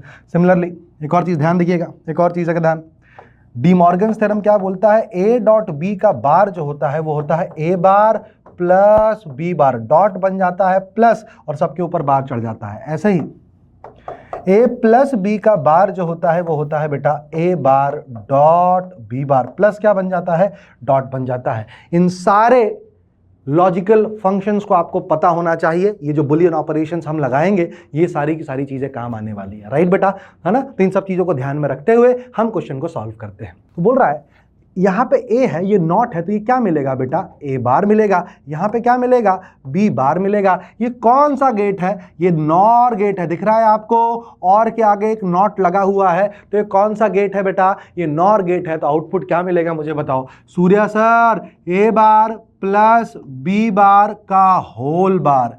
करेक्ट है या नहीं है बेटा, यस सर। अब देखना ध्यान से, मैं इसको कैसे सॉल्व करूंगा बेटा, मैं डी मॉर्गन थ्योरम का इस्तेमाल करके मैं बोल सकता था कि प्लस बन जाएगा डॉट, और ये बन जाएगा a बार का बार, और ये बन जाएगा b बार का बार। क्या ये a इंटू बी लिखा हुआ है बंधु, अरे सर ये तो बहुत ही सुंदर है। a इंटू बी क्या बोलता है, 0 इंटू 0 0, 0 इंटू 1 0, 1 इंटू 0 0, और 1 इंटू 1 1। एक ही केस में हाई होगा, कब, जब 1 इंटू 1 1 होगा। 0 into 0 0, 0 into 1 0, 1 into 0 0, 1 into 1 1। Option C should be the answer to the problem. I hope आपको ये समझ में आया हो। ऑल राइट बच्चों, all right sir, option C इसका आंसर हो जाएगा। पढ़ते हैं आगे की तरफ, क्या बोल रहा है अगला सवाल देखेंगे। The increase in the width of a depletion region in a PN junction diode is due to, मुझे बताइए डिप्लीशन विड्थ कब बढ़ती है, मैं आपको बताऊंगा। डिप्लीशन विड्थ तब बढ़ती है जब डायोड रिवर्स बायस में हो, डिप्लीशन विड्थ कब घटती है जब डायोड फॉरवर्ड बायस में हो। तो रिवर्स बायस में क्या होती है भैया, रिवर्स बायस होती है, ठीक है बेटा। डिप्लीशन विड्थ जो है वो क्या होती है, इंक्रीज होती है। Option number D is the answer to the problem. बहुत बेसिक सवाल है, आपको पता होना चाहिए। आगे चलते हैं, अगला सवाल आपकी स्क्रीन पर पूरे 4 रुपयों के लिए, देखते हैं क्या है। बोल रहा है consider the following statement A and B and identify the correct answer. पहला आंसर है बच्चों, a Zener diode is connected in reverse bias when used as a voltage regulator और potential barrier of PN junction lies between 0.1 volt to 0.3 volt. ध्यान से देखिएगा दोनों option, जरा सोचिए कि कौन सा आंसर करेक्ट होना चाहिए। आई गेस आप लोगों ने सोच लिया होगा बेटा, तो जरा देखो ध्यान से, बिल्कुल सही बात है। ज़ीनर डायोड को वोल्टेज रेगुलेटर जैसा इस्तेमाल किया जाता है, उसको लोड के पैरेलल में लगाया जाता है। यदि लोड फूक ना जाए उसके लिए ज़ीनर डायोड को लगाया जाता है कि भैया यदि मेरे वोल्टेज से ज़्यादा तेरे पे वोल्टेज आएगा तो तू चिंता मत कर, उसकी करंट मैं रख लूंगा, तू बढ़िया मेरा वोल्टेज पकड़ के रख रहा। क्लियर है कि नहीं? Yes sir. तो पहला स्टेटमेंट तो बिल्कुल सही है। पोटेंशियल बैरियर पीएन जंक्शन का कहां से कहां तक बोल रहा है, 0.1 वोल्ट टू 0.3 वोल्ट। ये ऑप्शन के बारे में आपका क्या विचार है, जरा सोचते हैं। तो ध्यान से देखेंगे, अगर आप ज़ीनर डायोड को ध्यान से देखो बेटा, 0.1 वोल्ट से कहां बोल रहा है, 0.3 वोल्ट तक बोल रहा है, ठीक है। रिवर्स पोटेंशियल अवलांच में और ज़ीनर में, राइट बेटा, याद रखना बेटा, ज़ीनर में it can shoot up to 0.6 voltage also, है ना। रिवर्स बायस पोटेंशियल, अगर आपको याद हो बेटा, सिलिकॉन के लिए ध्यान सुनना बेटा, सिलिकॉन के लिए पोटेंशियल बैरियर कितना होता है, 0.7 वोल्ट होता है कि नहीं, याद है? सिलिकॉन के लिए कितना होता है, 0.7 वोल्ट। 0.3 वोल्ट किसके लिए होता है, 0.3 वोल्ट होता है जर्मेनियम के लिए। तो मैं क्या बोल सकता हूं, 0.7 इज मोर देन 0.3, तो उससे ज्यादा हो सकता है। तो दूसरा वाला इनकरेक्ट है, पहला वाला क्या है प्यारे बच्चों, करेक्ट स्टेटमेंट है। आगे की तरफ बढ़ते हैं, आपके सामने अगला सवाल देखिए क्या है। The electron concentration in an N type semiconductor is the same as hole concentration in P-type semiconductor. An external electric field is applied across each of them. Compare the current in them. मुझे बताओ किसके अंदर की current ज्यादा होगी। यदि concentration same है, N type semiconductor का सेम है जैसे पी टाइप सेमीकंडक्टर में कंसंट्रेशन सेम है, परंतु करंट किस में ज्यादा होती है, एन टाइप में ज्यादा होती है as compare to P type. ऐसा रीजन क्यों बेटा? इसका रीजन इसलिए होता है, याद रखना बेटा, ये स्टेटमेंट बोल रहा हूं बिकॉज जो इलेक्ट्रॉन होता है वो ज्यादा मोबाइल होता है एज कंपेयर टू होल, और जो जितना मोबाइल है वो उतनी आसानी से करंट दे सकता है एज कंपेयर टू जो जितना कम मोबाइल है। तो electron is more mobile than hole. इसका रीजन लिख लीजिएगा बेटा, electrons are more mobile than hole. Clear है या नहीं बेटा? Yes Surya sir. बढ़े आगे की तरफ। Yes sir. ऑल राइट बेटा, अगला सवाल आपकी स्क्रीन पर देखना ध्यान से क्या है। बोल रहा है for the given circuit the input digital signals are applied at terminal A B and C, what would be the output at terminal Y. Y पे आउटपुट कितना होने वाला है, जरा सुनेंगे ध्यान से, जरा देखेंगे ध्यान से। वापस से मैं उन्हीं चीजों का इस्तेमाल कर रहा हूं। देखना बेटा क्या है, ये ए है, ये बी है, ये कौन सा गेट है, ये सूर्या सर एंड गेट है। तो यहां पे आउटपुट क्या मिलेगा, ए डॉट बी मिलेगा। ये B है, ये C है, तो यहां आउटपुट क्या मिलेगा, B डॉट C का बार मिलेगा। क्लियर है या नहीं? बिल्कुल सही, ध्यान से देखो, बिल्कुल सही। अब यहां पे आउटपुट मिलना है Y, है ना। अब मुझे समझ में नहीं आ रहा Y ये है या लाइन है, ये थोड़ा सा डाउट है इस क्वेश्चन में। ठीक है, करके देख लेते हैं एक बार। तो देखिएगा यहाँ पे आउटपुट Y है ना, यही आउटपुट है बेटा, यही आउटपुट लिखा हो ना, तो ये नॉट नहीं है, इसको अपन कौन सा गेट मान सकते हैं, this is an OR gate, है ना। तो यदि ये ऑर गेट है तो आउटपुट क्या मिलेगा, जरा देखना ध्यान से बेटा, it will become A dot B into B dot, sorry OR gate है ना, प्लस बी डॉट सी का बार।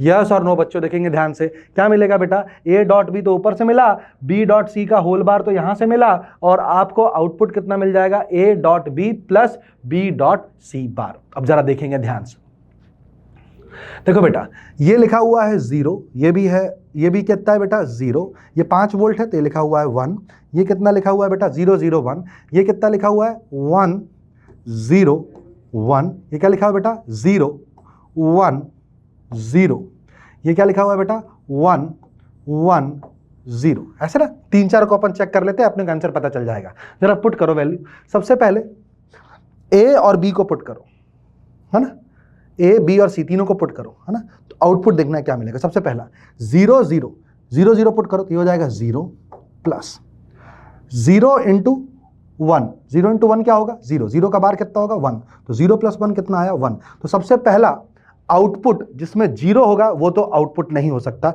मतलब ये नहीं हो सकता, ये नहीं हो सकता। अब सी हो सकता है और डी हो सकता है। देखो बेटा एक एक स्टेप चेक करते जाना खटाखट, है ना, ताकि आपका आंसर तुरंत मिल जाएगा। अगला में देखो, अगले में क्या रखना है 1 0 1 रखना है ना। अगले में क्या रखना है बेटा 1 0 1, है ना, तो रखो 1 1 इंटू 0, ये कितना हो जाएगा 0 प्लस कि 0 इंटू 1, 0 इंटू 1 क्या होगा बेटा 0, 0 का बार कितना हो जाएगा 1, ये कितना आ गया वापस से 1। अगला भी हाई होना चाहिए, पर ये अगला क्या हो चुका है लो हो चुका है, मतलब एक ही ऑप्शन दिख रहा है, option number C is the answer to the problem, इसीलिए उत्तर हो जाएगा इसका सी।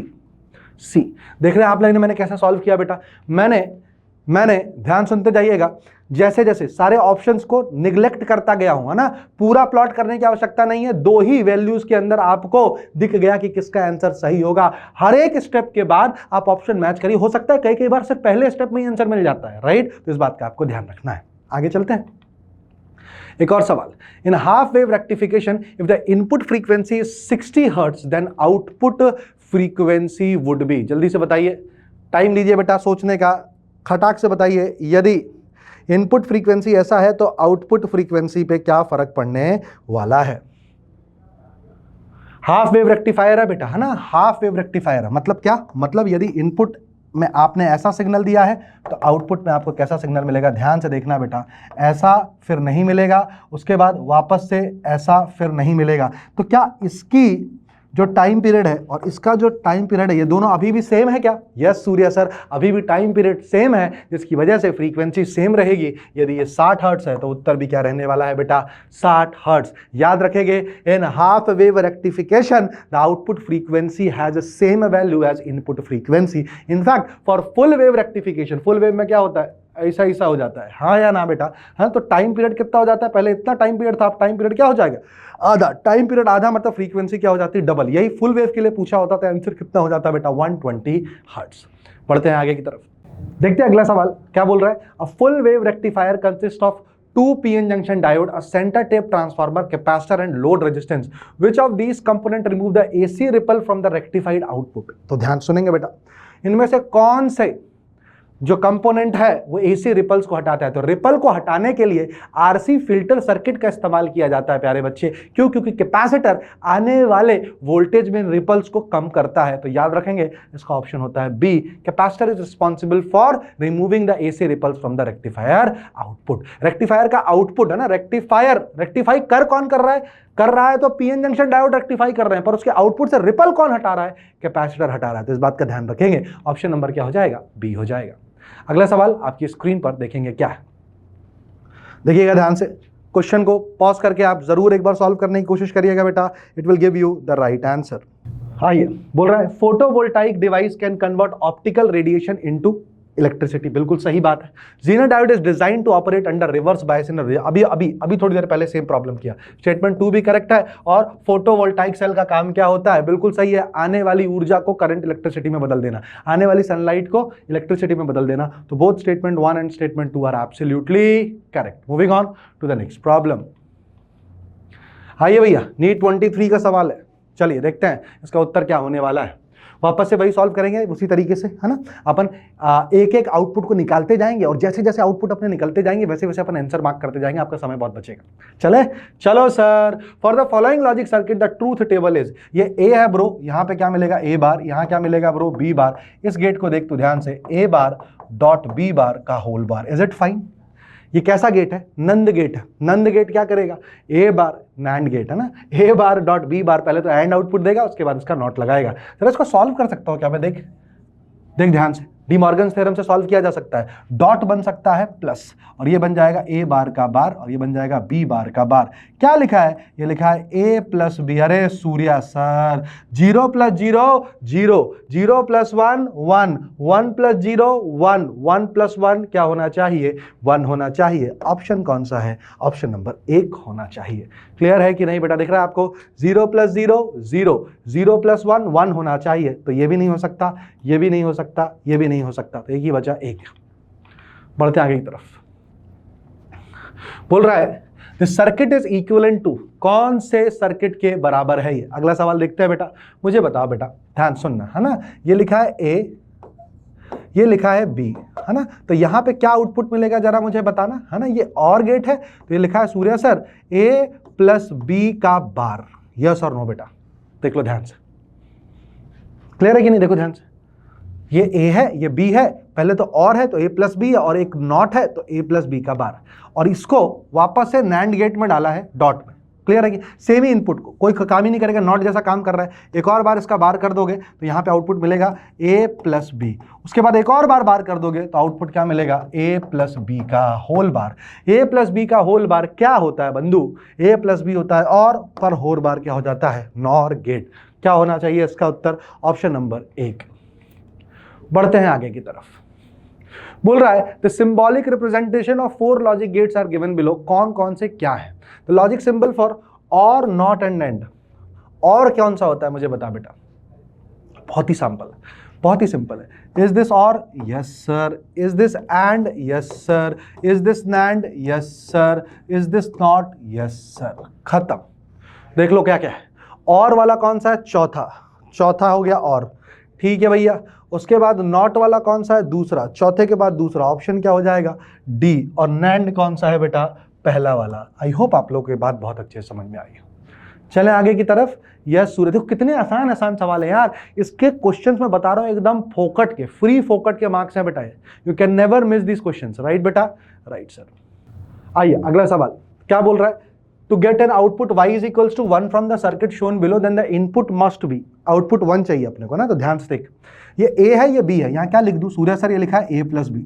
ये क्या लिखा है छोटे? c। सूर्या सर यहाँ लिखा है a plus B times of c। Output आपको क्या चाहिए? 1 चाहिए। 1 चाहिए, इसका मतलब क्या होगा? 1 एक ही केस में मिल सकता है, जब c भी 1 हो और a प्लस बी भी 1 हो। करेक्ट है कि नहीं? बिल्कुल। C को तो 1 होना पड़ेगा, C को तो 1 होना ही पड़ेगा, तो ये दो ऑप्शन में से हो सकता है। अब A प्लस बी भी 1 होना पड़ेगा। A प्लस बी 1 कौन से केस में हो सकता है? सिर्फ 1 प्लस 0 ही 1 हो सकता है, तो ऑप्शन क्या हो जाएगा? डी। दिख रहा है कि आप लोगों को बेटा? बताओ मुझे, आउटपुट 1 होने के लिए A प्लस बी भी 1 होना पड़ेगा, क्योंकि 1 इंटू 1 ही 1 हो सकता है, बाकी और किसी पॉसिबल कॉम्बिनेशन में 1 नहीं हो सकता है। C को 1 होना पड़ेगा, मतलब A प्लस बी को 1 होना पड़ेगा। इनमें से C 1 कहाँ है? इन दो ऑप्शन में। और A प्लस बी 1 कहाँ है? इस वाले ऑप्शन में। Option number C, D is the answer to the problem. एक और सवाल आपकी स्क्रीन पर पूरे 10 रुपयों के लिए। देखिए क्या बोल रहा है। बोलता है the correct Boolean operation represented by the circuit diagram is given by. NEET 2019 का सवाल है बेटा, ध्यान से देखिएगा कैसे सॉल्व करूंगा मैं इसे। देखिए बुलियन ऑपरेशन क्या बताता है? बुलियन ऑपरेशन एक लॉजिक को रिप्रेजेंट करता है ना? लॉजिक की वैल्यू या तो 0 हो सकती है या तो 1 हो सकती है। इफ आई एम सेइंग कि the logic is 1, that simply means that I am saying the truth, and if the logic is 0, that simply means I am telling a lie. या फिर मैं ऐसा बोलूं, बल्ब के जलने की कंडीशन क्या होगी? 1 होगी, और बल्ब के बुझे रहने की कंडीशन क्या होगी? 0 होगी। तो जरा देखना, यदि ए को तू कनेक्ट करता है और बी को डिस्कनेक्टेड रहने देता है, इसका मतलब क्या है? यहां से करंट आएगी और यहां करंट नहीं जाएगी। इसका मतलब यही है कि नहीं है? बताओ। यहां पे रास्ता बंद है तो करंट जाएगा ही नहीं, तो यहां से करंट जाएगा नहीं, तो क्या बल्ब जलेगा या नहीं जलेगा? मुझे बता दे। बिल्कुल सर जलेगा। मतलब बल्ब के जलने की कंडीशन क्या है? पहले ये बता। बल्ब के जलने की कंडीशन यह है गुरु सूर्या सर, बल्ब के जलने की कंडीशन यह है कि इन दोनों में से कोई ना कोई एक ऑफ होना चाहिए। Please tell me, you got it. यदि ये दोनों ऑन हो गए तो धारा यहां से चली जाएगी और बल्ब नहीं जल पाएगा। मतलब देखना ध्यान से, यदि ये दोनों 0 है, ये दोनों ऑफ है, बल्ब जलेगा। ये 0 है, ये 1 है, ध्यान से देख बेटा, बल्ब जलेगा। ये 1 है, ये 0 है, बल्ब जलेगा। और जैसे ही दोनों 1 हो जाएंगे बल्ब नहीं जलेगा, बल्ब नहीं जलना, इधर 0। तो 0 प्लस 1, 0 इंटू 0 क्या होता है? 0 होता है। 0 का बार क्या हो जाएगा? 1। 0 इंटू 1 क्या होगा? 0। 0 का बार क्या हो जाएगा? 1। 1 इंटू 0 क्या होगा? 0। 0 का बार क्या हो जाएगा? 1। 1 इंटू 1 क्या होगा? 1। 1 का बार क्या हो जाएगा? 0। ये क्या है सर? पहले मल्टीप्लाई किया है फिर नॉट लिया है। पहले मल्टीप्लाई किया मतलब एंड है, फिर नॉट लिया मतलब नैंड है। यस और नो दोस्तों? यस और नो? Yes sir. तो ऑप्शन होना चाहिए इसका 1।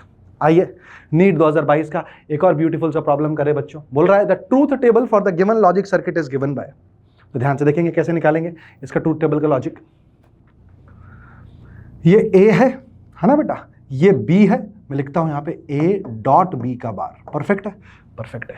ये ए बार है, ये बी है, ये लिखा है बेटा ए बार, है ना, dot, sorry, A B, A dot B bar, बिल्कुल सही है, A bar B, A bar dot B का होल बार। परफेक्ट है, परफेक्ट है। तो सी क्या होगा? सी लिखा है बेटा ए डॉट बी का बार इंटू, है ना, ए बार डॉट बी का होल बार। बहुत ही बढ़िया, बहुत ही बढ़िया। इसको अच्छे से सॉल्व करना पड़ेगा बेटा और it will become very quite tedious. तो आइए करते हैं इसको, करते हैं।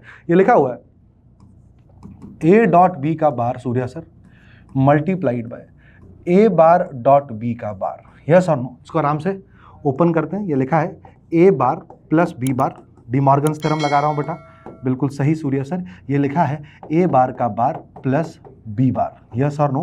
बिल्कुल सही सूर्या सर। ये लिखा है A bar plus B bar, बिल्कुल सही Surya sir, times of A plus B bar, बिल्कुल सही सूर्या सर। मल्टीप्लाई करता हूं तो A bar into A plus A bar into B bar, बिल्कुल परफेक्ट है, प्लस, ठीक, क्या लिखा हुआ है बेटा ए बी बार, बिल्कुल परफेक्ट है, plus B bar into B bar, B bar into B bar. क्या क्लियर है? क्लियर है। ए इंटू ए बार तो क्या हो जाएगा बेटा? 0 हो जाएगा। ध्यान सुनना, क्लियर है? क्लियर है। और ये क्या लिखा हुआ है फाइनली? ये लिखा है A bar into B bar plus A B bar, perfect है, प्लस बी बार। बहुत ही बढ़िया, बहुत ही बढ़िया। यहां से यदि मैं बी बार कॉमन ले लेता हूं बेटा तो क्या लिखा हुआ है?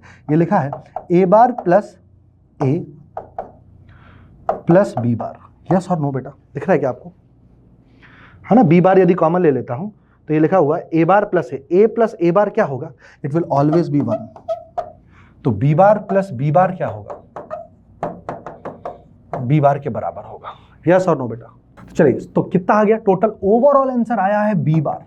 बहुत ही बढ़िया। हमारा जो आउटपुट आया है वो कितना आया है प्यारे बच्चों? बी बार आया है। मतलब अब देखते हैं ऑप्शन। बी बार का मतलब है बी की जितनी भी वैल्यूज होंगी उसका कॉम्प्लीमेंट लेना है। राइट। बी की जितनी वैल्यूज होंगी क्या लेना है? उसका कॉम्प्लीमेंट लेना है। जरा देखो, 0 का 1 हो गया, कोई दिक्कत नहीं। 1 का क्या हो गया? 0, कोई दिक्कत नहीं। 0 का 0 ही रहा, ये ऑप्शन नहीं हो सकता। 0 का 0 हो गया, नहीं हो सकता।